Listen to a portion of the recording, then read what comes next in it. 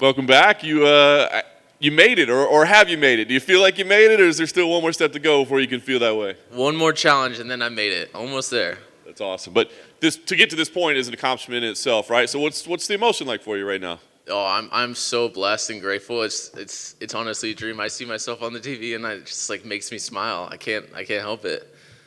You come in, and I mean, obviously everybody says, "Oh, I'm going to win." But I mean, talk about the process. I mean, did you really feel like, "Oh, I know I got this 100%," or is that kind of like, "Geez, I don't know. This is going to be a challenge." It definitely was a challenge, but I was extremely confident, and it stemmed from like my team being super confident in me, and I just have all the belief in myself, and I think that's the key that took me here so far. And didn't yeah, and I guess you weren't 100%, right? I mean, doing this, so you were battling through injury basically the entire season.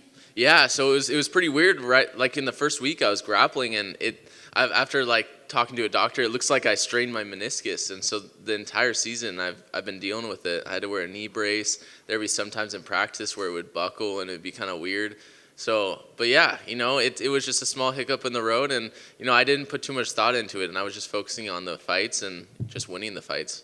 Was there any part of you that was like, I mean, did you consider like, maybe I can't fight, maybe I need to withdraw, or I mean, was that even a discussion point? Not even a close. I was actually, it took me a while to even tell anybody because I was so scared that it might even like get me out of the competition. So I mentioned it to one of my coaches like in secret because I didn't want anyone to know because I was like, I'm gonna win this show. I want to be in here the whole time.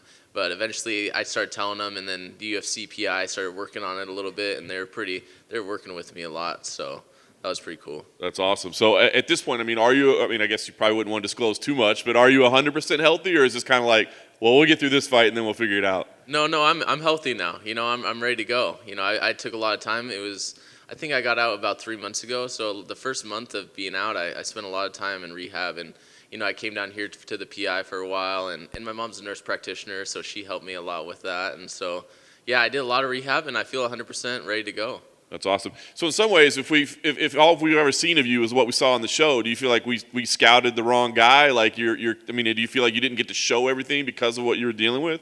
I think I think you guys saw a good portion of me, but I think there's a little bit of my game that wasn't shown on the show. A lot of my kicks weren't able to be used just because I couldn't, step on that leg weird, and a few things like that. But yeah, it doesn't matter now. I'm ready to showcase what I got this Saturday. That's awesome. Of course, a big fight for you. Fighting a teammate, is that a good thing, bad thing? I think on the one hand, at least you probably know what you're facing. On the other hand, he probably knows you a little bit. So is it a good thing or a bad thing? I think it just is what it is. I kind of had that same situation with Josh, right? We were roommates, even closer friends than me and Ricky. Me and Ricky are really close friends, but me and Josh were, I think, closer friends. And we had trained a couple times in Spokane. So, it's a same thing, different story, I guess. But, I'm ready to go. Either way, it's going to be a good fight, and I'm ready to put on a show.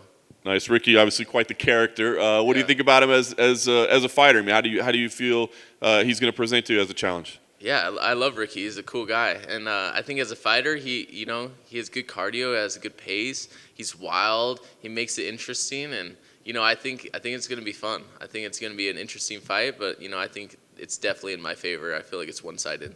Nice. Last thing for me, how are you looking at this? I mean, you're such a young guy. I feel like I know you don't want to think it doesn't go your way, but it does. You got a lot of future ahead of you, is what I'm saying. So, what does this moment mean to you? I mean, does it feel like everything's on the line, or is it just just another fight?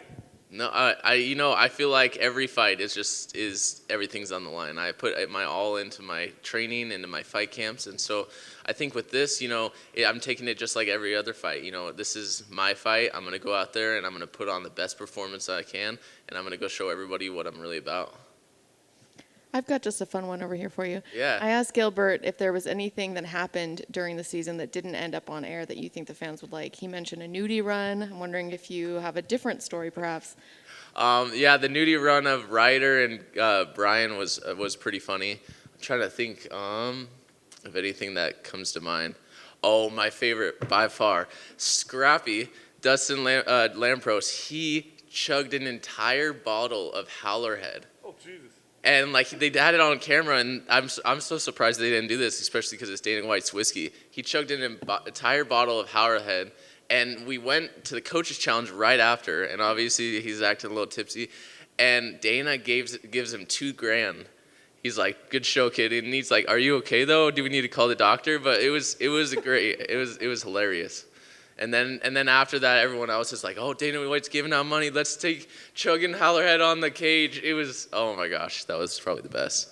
Did Dana know that he had chugged it? Is that why he gave him the? Yeah, because he did it right before we left, and like, you know, Ortega and Volkanovski, we were all just chilling in the house, getting ready to leave in the vans, and Dustin pulls out the Hallerhead and he starts chugging it, and then everyone's like, oh my gosh, that's crazy. So I think someone told Dana, and then when we get there, Dana walks up to me and is like, dude, you are a champion, and gives him $2,000.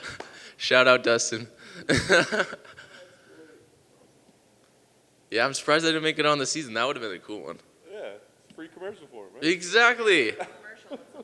Yeah, maybe he didn't like it because it didn't show how strong the whiskey is or something. But yeah. Thanks for taking the time. I mean, you mentioned it was a one-sided bout. Expand on that. Like, where the strengths that you see that you pretty much got this one in the bag. Oh, between me and Ricky?